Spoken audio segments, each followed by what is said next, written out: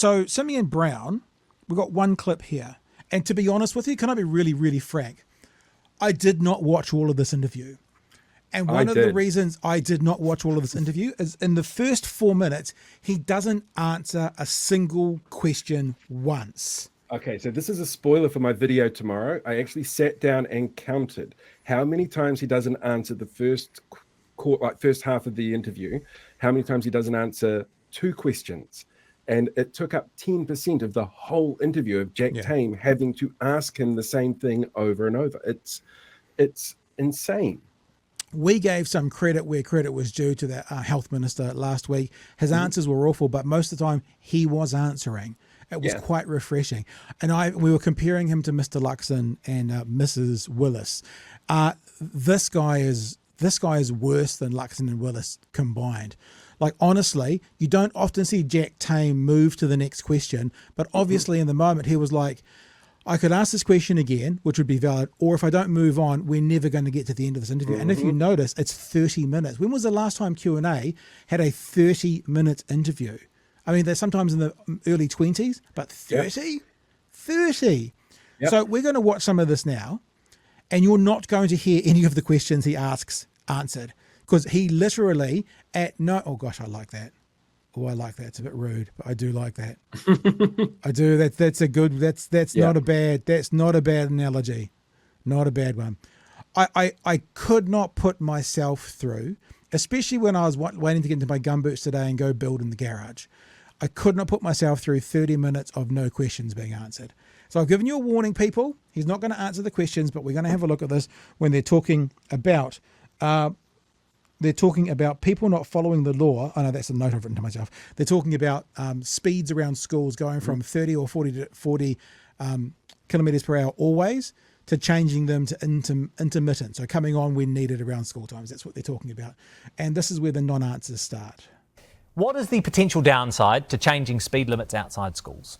Well, what we want to have is the ability for people to get where they need to go quickly and safely. Not the answer. One of the key areas, though, that we need to ensure that there is safety is for young children arriving or being picked up at schools. And so we're not going to continue the last government's blanket approach to reducing speed limits. We have targeted interventions, and as part of that, we'll require schools to have a slower speed limit at those times of pickup and drop-off, which a lot of other countries do as well. So what are the potential downsides to having variable speed limits outside schools? Well, ultimately, it's a targeted approach. It's about actually saying, I don't think there's any downsides. There's zero downsides whatsoever. I think it's about making sure we are improving the safety at the time when children are being picked up or dropped off outside schools. And this is about ensuring that the traffic's moving slower and there's improved safety at those times. But actually, the rest of the time, people need to get where they need to go. And so we don't want to take a blanketed approach like the last government, where there's whole swathes of Auckland are now kind of like that blanketed approach when it comes, to free childcare for children. You know, that blanketed approach that Labor did where everyone got 20 hours free and that was easy and you could make it to all the people and it didn't take a lot, versus this new one they're trying to do that's basically going to take 3 wishes, some kind of sword being pulled out of the stone and holding your tongue a certain way to actually get back what the government's promising you. 30 kilometres per hour. And if you go visit those suburbs, I'll tell you what, not many people, including the buses sometimes, are actually doing 30 kilometres per hour. So this is the point I wrote to myself. So what he's saying is, if people don't follow the law, that means that law is pointless. I'd love to have a conversation to him about cannabis and marijuana reform then. Underage drinking then. Just lower the drinking age. I know lots of 16 and 17-year-olds that drink. People not following the law means the law is pointless. That's what he's saying. In those areas that it's only 30, people aren't going 30 anyway. Okay, in that area, in that division at 18 where people are supposed to start drinking, they're not doing it anyway, so let's get rid of that one. It's such a stupid answer, and I don't know why anyone would fall for it. Anyone. We'll keep going, eh? Just to be clear, as Transport Minister, you think there are zero downsides to having variable speed limits outside schools? Well, that's my question. Well, I think it's about the balanced approach that we need in this circumstances. So my question is there a downside to having variable speed limits outside schools as opposed to a blanket approach? Well, the other option is you have to have a blanket reduction in speed limits. And I'll tell you one of the issues there is if you go to some of those Is there a downside? Is there a potential downside to having variable speed limits outside schools? I'll tell you, the issue you've got is where you do go to those suburbs which have it's beyond politician. It's actually just fucking rude now. Yeah. You know what I mean? It's like, answer the question or I mean, you know what? You know that when you get the Snoop Dogg meme coming up and the glasses spit on and land on people's face? Yep. If Jack Tame had gone, if you don't answer my question, we're ending this conversation right now. Ask him one more time. He doesn't ask it and go, thank you, Simeon, for your time. Moving on. You know? Yeah, that would have been perfect. The non-answer is what they tend to go to at the moment, particularly around data sets. Because during that interview, he did give a couple of straight answers to really simple yes-no questions, like, was this a thing that you campaigned on? No, we didn't campaign on increasing the registration rates for vehicles. But when it came to information around data and information around what they'd been told was going to work or not work or costings, he just blustered and wouldn't shut up. And you know, it doesn't really matter because children are smart enough that if they see a speeding car coming, they'll just get out of the way. Oh, yeah. We'll keep going. The 30 kilometre per hour blanket speed limit reductions. Very few of the cars you actually observe are going at that speed limit. And so you're not actually, getting the behaviour change that may have been intended. So we need to take a balanced approach, which understands the need for people to get where they need to go, but particularly around those times when children are being picked up or dropped off at school, we want to improve the safety. Well, sometimes kids go to school early, sometimes they stay late. And that's why it'll be 8 to 9:30 in the morning, 2:30 to 4 o'clock in the afternoon. That's a reasonable, balanced approach that we want to take to this. So what sort of productivity gains are you getting from introducing those variable speed limits, specifically outside of schools? Well, what we're doing is we're not simply just slowing the entire... So the question was, how is this going to improve people's lives? How is it going to improve the economy? What money is it going to save? What's it going to do? How is it going to be better, is what he's asking. Those variable speed limits, specifically outside of schools? Well, what we're doing is we're not simply just slowing the entirety of the network down, which is what the last government's approach has been to traffic. So basically, every answer has been, well, we're going to have a variable result, not like the last guy's heard about. That's basically every answer so far. Been about slowing people down. Fault. Yeah, we're still doing that for sure. Oh, yeah. Blanket speed limit, 30 kilometre per hour speed limit reductions. You've had arterial roads being slowed down. They wanted to slow the entire state highway network. My question is, what productivity gains? Yeah, I get it. Network down to 80 kilometres per hour. There is increased travel time. You don't often see Jack Tame frustrated. No. But that particular, I got it, is you can hear it. Per hour speed limit reductions. You've had arterial roads being slowed down. They wanted to slow the entire state highway network. My question is, what productivity gains? Yeah, I get it. Network down to 80 kilometres per hour. There is increased travel times from those. There is increased travel times when you reduce speed limits. How much? Now, it depends on the actual circumstances of where you How might much put increased that, time?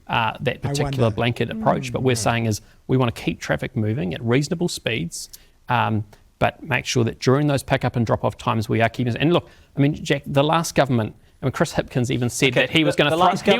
The last government are gone. You're the government. He was going to chuck it on the bonfire. That's what he thought of this. You're in government now. We're making the changes New Zealanders voted for. Minister, Auckland Transport tested how much time was lost for journeys. So get that. There's two questions that haven't been answered and Jack Tame's just moving on. And believe it or not, he doesn't answer this question either. He's in urban areas with lowest... Don't worry, people who are hating me right now. This has got about 60 seconds. And then Pee Wee Herman will be gone for good.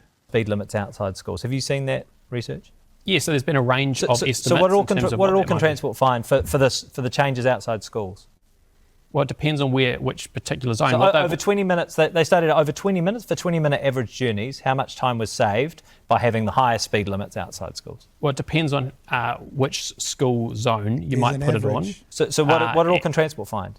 Well, it'd be a range. So it could have been 20 seconds, could have been a minute. So they found over a 20-minute. Yeah, they found on average. There's a range on these things. Yeah, so they found on the context of the streets. And they found over a 20-minute average trip, it saved on average 15 seconds.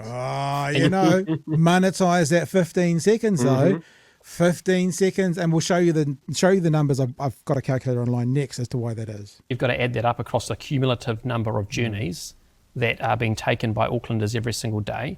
And what we're saying is, if you're going past a school when children are being picked up or dropped off at the start of the day, at the end of the day, there will be a slower journey time past those schools. 15 but seconds. through the rest of the day, we're not going to take a blanket approach to this. And as I said earlier, you go to those parts of Auckland which have had the 30 kilometres per hour blanket approaches put in place, and you don't see many people following that because it's not reasonable. So we need to take a balanced approach, and then make sure where you do have those slower speed limits during pick up and drop off times, you then enforce it. So 15 seconds is what Jack Tame says Auckland Transport says. I've got a little calculator here, and I've done the numbers, right? So I don't think it's 500 metres. So this is if it was a 500 metre distance, because I think it might be 100 metres either side of it. But even if it was a 500 metre spread at 50 kilometres per hour, that takes 36 seconds. Yeah. So if we change that to 30 kilometres an hour, it goes from 36 seconds to 60 seconds. So for a 500 kilometre stretch, which I don't think it's that wide, it's 24 seconds. If it was 200 metres, for example, you get the point. 200 metres goes from 24 seconds, and at 50 k's an hour, it would be 14, so it would be 10 seconds. So it's probably 250 metres. So, and I might have seen your tweet today, Paul. Maybe it was yours. Oh no, it was the little blurb you did, I think, talking about being on BHN tonight. The thing about it is, increased speeds is going to lead to increased accidents, without question. Yeah. Without question. So what Simeon Brown and this national government are saying is, Auckland Transport's numbers, for 15 seconds travel from point A to point B, we're prepared to cost the lives, to cost the injuries, to cost the harm to other cars of children. Yeah, we're prepared for that. Some of your kids may die, but that's a sacrifice that we're willing to make. Because our voters think about all this woke nonsense bullshit. We want I didn't fucking die in a war to give an extra 15 seconds to that trip. No, and the thing I found really interesting about this as well, we don't have a huge amount of current data because of what happened with COVID and lockdowns in terms of how much travel Aucklanders do. But just before COVID hit, it was estimated by, I think it was the Ministry of Transport and Census data. They worked it out that the average Aucklander spends 6.5 hours on the road each week. And if I'm going to add 36 seconds to that, it's going to make all the difference to how much I am or aren't going to go out and drive and the speeds I'm going to go at. And it's just, it's nothing. And the drop of a bucket in the drop of time that I've got to spend out traveling around the city, going slower in front of a school to save somebody's life and costing me 15 to 30 seconds is a small price to pay.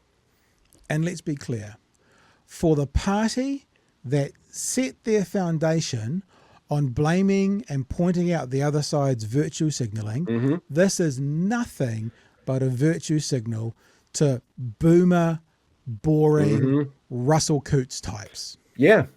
Yep, exactly. I'm surprised there wasn't a conversation there about the use of te reo in the road signs around schools.